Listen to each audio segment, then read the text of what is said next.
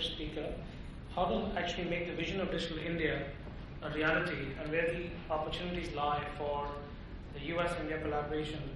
I'd like to introduce Mr. R.S. Sharma, Secretary, Government of India, in charge of the Department of Electronics and Information Technology. Mr. Sharma is an IS officer who served in various roles in states as well as in the Union government. In his current role as Secretary, Department of IT and Electronics, he is responsible for coordinating and implementing the PM's vision under the guidance of the Honorable Minister across central and state governments.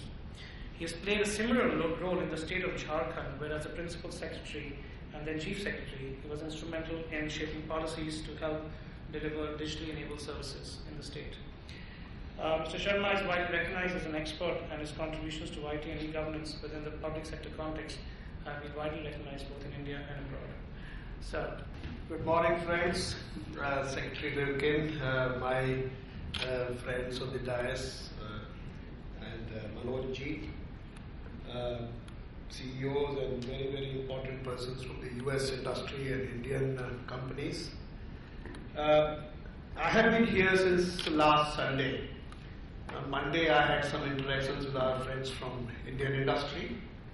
And of course, last 2 days, we have had interactions with the US government. And I've been really, felt very happy because I had come here with a vision that, we will have bilateral dialogue and therefore there will be two sides on the table and everybody will have views and we will resolve these kinds of views. But then I realized that actually both the sides are on the same side. We are really friends and discussing, how we can take the agenda forward rather than having any fundamental differences. So actually, whatever was discussed in a complete environment of mutual trust and in a way that how do we take this agenda of Digital India forward. So I'm really grateful to Secretary Rivkin and his colleagues in the Department of State to really make this interaction very, very fruitful.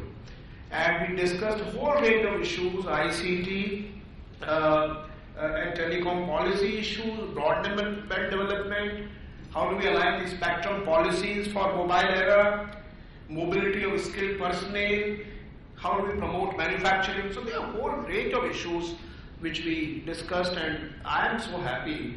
And I am going back with the feeling that we have the days ahead and the months ahead, we will see a huge amount of accelerated engagement of the US government, US companies into making this Digital India a real reality. Now, as one is our minister has so eloquently sort of talked about Digital India, what the basic components of Digital India are.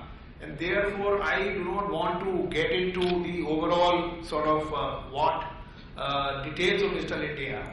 But I would nevertheless like to share with you a couple of, broad points of Digital India so as to sort of bring home the point that there are huge opportunities which exist for US companies to make investments in India and to really participate in that program.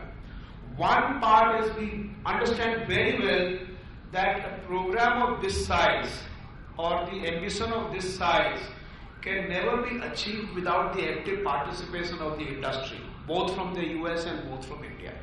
Of course, US industry is so familiar with the Indian environment and conditions that you have been already participating there, but what it will require is an accelerated amount of participation. So one is, as the minister spoke about, we have embarked upon a very, very ambitious program to digitally connect India. Because we have realized that in the past 20 years or so that we have been trying with various kinds of e-governance applications, one of the biggest bottleneck in actual implementation of these applications was absence of connectivity. While we have mobile connectivity, 2G connectivity, somewhere 3G connectivity also in a large part of the country, and we have 900 million mobiles as the minister spoke about, still there is a lack of broadband kind of connectivity which actually hinders people from participating into a real digital space. People are not able to use broadband, people are not able to participate in e-commerce, we are not able to have real video conferencing on e-health issues, e-education issues, virtual classrooms, massively open online courses. So there are a lot of these constraints, and connectivity is a single factor which inhibits, reaching out to those far-flung areas and places. And therefore, one of the, centerpieces, or so to say, one of the foundations of Digital India is going to be the digital connectivity. And the National Optical Fiber Network program, which the Government of India has embarked upon, and which is a fully funded program, funds are available under the USOF funds, which basically will create 250,000 touch points, or the points of presence, which will be connected through an optical fiber connectivity of a very high gigabit level connectivity. Once you have 250,000 points out of the 600,000 villages, more or less, we reach everywhere. We reach to each village. And from there, the last mile can always be using wireless or using some other kind of technology. We can always connect. The result will be that every citizen of India must have access to a broadband connectivity. Now, if he has that, at his personal capacity, he is able to participate in e-commerce. He is able to participate in other kinds of, activities. He can even increase his income levels with participating in some of these activities. On the other hand, government will also be able to effectively reach the population, provide them the necessary skills, upgradation, provide them, education, health, and other kinds of spaces. So this is one important part. Second component of the digital infrastructure which we are creating are the three numbers of empowerment. We call them numbers of empowerment because they enable people to participate in this digital space. One is the unique identity number to each person of our country, which is online, which is unique, where a person can digitally authenticate his identity in a non-repudiable manner, which actually is an extremely empowering concept because now individual applications do not have to create their own identity authentication infrastructures. Individual applications can focus on the applications themselves. Here is a body which is a foundation, which is actually a platform which can authenticate the identity before you are enabled to sort of allow to get into that application. So this infrastructure, fortunately our country has already given 750 million identities out of 1.25 billion people. And with the rate at which we are going about 45 million identities per month, which is actually we will certainly cover by the end of next year every Indian person with this identity. Second thing is we are going to provide mobile connectivity to every person. As of now, as Minister Prasad spoke about, we have 900 million mobiles. Now, 900 million mobile to 1.25 billion people, exclude children, exclude some part. Every family has got at least 2 mobiles today. Now this mobile coupled with the broadband accessibility must become a very powerful medium of accessing applications, doing all kinds of transactions. And this digital identity connected to mobile. So mobile becomes effectively your digital identity. You will be able to participate in the digital space, get services. So this is another number. A unique ID number, a mobile number, and lastly a bank account number. And the Prime Minister has started on a very massive program of financial inclusion called Jan Dhan Yojana. And you may be knowing that in the last 2 or 2.5 months that the scheme has started, we have already opened 10 million accounts, or 100 million accounts, 10 crores. I always sort of translating million and crores and lakhs, this all becomes quite confusing. 100 million bank accounts have been opened in the last 3 months. So now, and then what is going to happen is the mobile banking. So, which means that once you open a bank account, you do not have to go to the banks to transact. You can go to a local business correspondent who will be able to provide all the banking services to you because you can now authenticate your identity. You can access your bank account and this entire infrastructure is interoperable which means it is based on open standards, it is based on interoperability. So therefore, it should be possible to really financially include every citizen of our country into this space. So you have three basic numbers: unique ID number, a bank account number, and a mobile number. These three numbers together will really empower people to participate in that digital world. So this architecture, talking of architecture, we are very conscious of the fact that if in the beginning you do not create right kind of architectures based on standards and interoperability, you will end up creating a chaos and silos. And therefore what we are doing, we are always consulting the industry for the best practices to see that in the initial stage itself we do not make any wrong moves. So this is how we are going about. Yes, this is a very high sort of ambitious program. It's an audacious program in some sense. It's really audacity of hope, and President Obama's biographies. So basically we are really embarking on an extremely ambitious program, but we are also conscious that it is doable. And that program, I don't know, maybe we can circulate those slides. That program has been broken down into specific projects with timelines as to how we are going to achieve that. For example, we are going to provide 250,000 kiosks, one at each of these village clusters where the broadband terminal point will go. And these kiosks will then be able to deliver services. Similarly, there are 150,000 post offices in our country. Those post offices will also join this number, which means approximately we will have 400,000 points in the country. We already have 100,000 as of now. But those 100,000 are not able to effectively function because there is a lack of connectivity in many places.